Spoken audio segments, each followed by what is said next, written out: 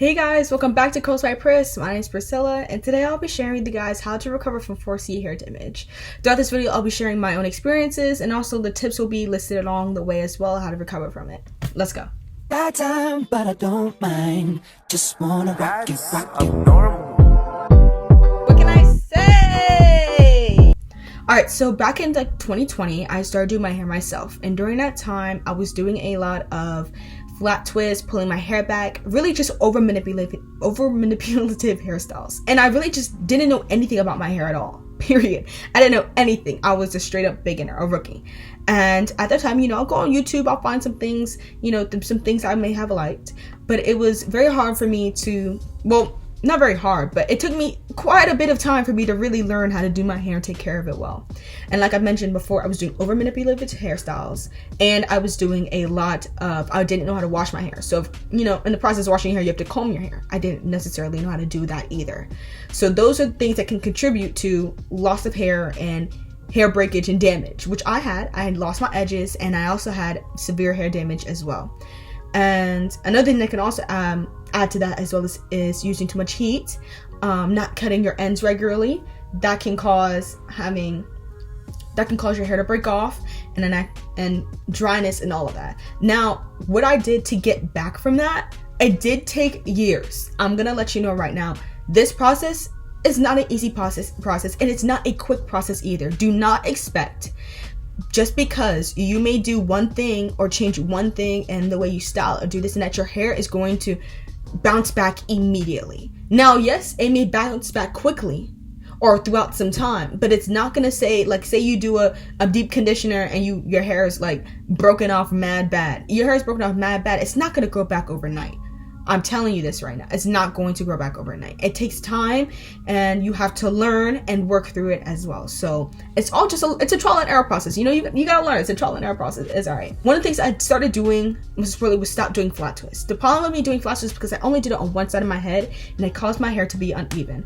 In addition to that, I did over manipulative hairstyles. So I had to learn how to do things that were not very manipulative, like twist and braids. When I would do twist and braids, I would try to leave my hair alone.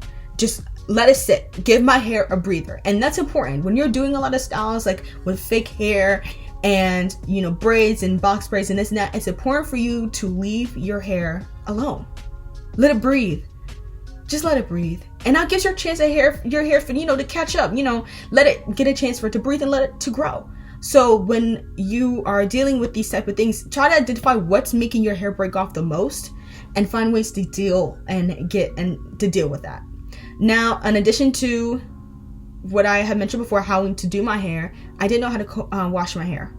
And I had to learn how to do that. I didn't know how to comb my hair as well. What I had to learn was to kind of listen to what it sounded like when I was washing and combing my hair. If your hair sounds like it's breaking, it's ripping, that's gonna cause breakage. You don't want to hear that ripping sounds. Now, we all know what hair sounds like when it's combing. I don't really know how to describe the sound, but it sounds like you're combing your hair. It's important for you to listen for that breakage and that rip, kind of like you ripping paper, I guess, and identify, okay, where are the knots? Where's the breakage at? What's causing my hair to sound like that? And even before you do that, what I like to do before I start combing my hair is have conditioner in my hair. And I would finger detangle it first. I would try to get most of the knots out, and then I would go in with my comb, my white tooth comb or my unbrush. That's what helped me get rid of most of the breakage when it came to combing my hair. Now, another thing that I was doing a lot was, even in addition to me not doing as many manipulative hairstyles, I was still styling my hair a lot. And I mentioned before, give your hair a break. When I say, listen to your hair and see what's really working and what's really not.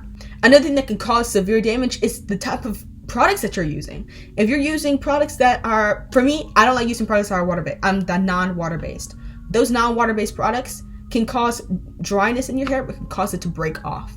I don't like that. So I always like to use water-based products. And those water-based products put moisture back into my hair. I kept my hair hydrated, and it allowed my hair to grow. Well, it helped grow my hair as well.